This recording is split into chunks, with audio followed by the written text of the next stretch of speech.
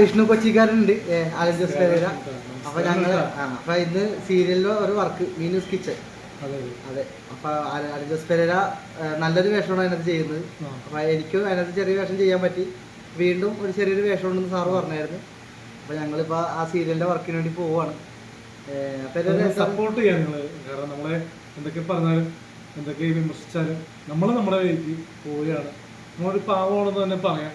Basically നമ്മളോട് ദേഷ്യപ്പെടുന്ന ആൾക്കാർ മാത്രമേ നമ്മൾ മാന്യമാത രീതിയിൽ, മാന്യമില്ലാത്ത രീതിയിൽ പറയുള്ളൂ. അത് പല ഇൻ്റർവ്യൂസിലൊക്കെ എൻ്റെ നിന്നും വായുവിൽ വന്ന മിസ്റ്റേക്കുകളുണ്ടല്ലോ, മോശം വർക്കുകൾ, അപ്പോൾ അതൊക്കെ ക്ഷമിക്കുക.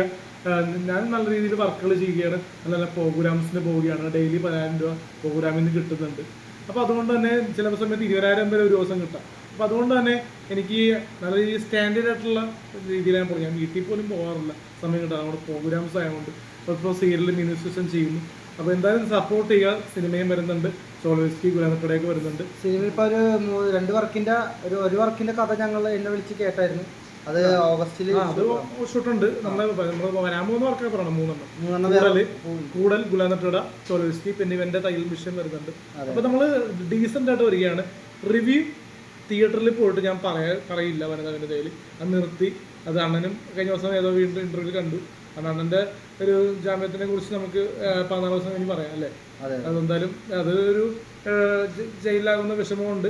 പക്ഷേ നമ്മൾ എന്ത് ചെയ്യാൻ പറ്റും, നമുക്ക് കോടതിയിലും സ്റ്റേഷനിലുള്ള കാര്യങ്ങളില്ല. അപ്പോൾ അത് കൂടുതലും ഇൻവോൾവ് ചെയ്യാത്തത് എനിക്ക് ഒരു പ്രശ്നത്തിന് നമ്മളായിട്ടില്ല. കാരണം നമുക്കിടെ പേര് വെറുതെ ചെറുക്കണ്ടില്ല എന്ന് ഓർത്താൽ നമ്മൾ ഒന്നും മിണ്ടാത്തത്. കാരണം ഒരുപാട് മെയിൻ സ്ട്രീം ചാനലുകൾ എന്നെ ഇൻ്റർവ്യൂവിന് വേണ്ടി വിളിച്ചു, പക്ഷെ ഞാൻ ഒന്നും ബൈറ്റ് കൊടുക്കത്തില്ല. സാധാരണ ഇൻ്റർവ്യൂ പോയി ഞാൻ വർത്തമാനം പറയാറില്ലേ, സംസാരിക്കാറില്ല. പക്ഷേ ഈ വിഷയത്തിൽ ഒരു അക്ഷരം പോലും എൻ്റെ വായിൽ നിന്ന് വരില്ല. കാരണം എനിക്ക് ഈ ഒരു പ്രശ്നത്തിൽ ഉത്തരങ്ങൾ പറയാൻ എനിക്ക് പറ്റത്തില്ല. കാരണം ഞാൻ ഇങ്ങനത്തെ കാര്യങ്ങളൊന്നും അധികം ഇൻവോൾവ് ചെയ്യാറ്, ഒരു സെൽഫി മാത്രമേ ഈ നായികമാർ വരുമ്പോൾ എടുക്കാറുള്ളൂ. പക്ഷേ ആറാട്ടൻ്റെ വിഷയങ്ങൾ നമുക്ക് പിന്നീട് സംസാരിക്കാനുള്ള ഒരു സമയം കിട്ടും. കാരണം കോടതിയിലാണ് പുള്ളി ഇറങ്ങി കഴിയുമ്പോൾ, അല്ലെങ്കിൽ പുള്ളിക്ക് ജാമ്യത്തിൻ്റെ കാര്യങ്ങൾ സംസാരിക്കുമ്പോൾ നമുക്ക് കൂടുതൽ സംസാരിക്കാം. കാരണം ഒരുപാട് പേര് ഇവരെയും വിമർശിക്കുന്നുണ്ട്, ലിബിൻലിയൊക്കെ. അപ്പോൾ അതൊന്നും പറയുന്നില്ല നമ്മൾ. ഓക്കെ.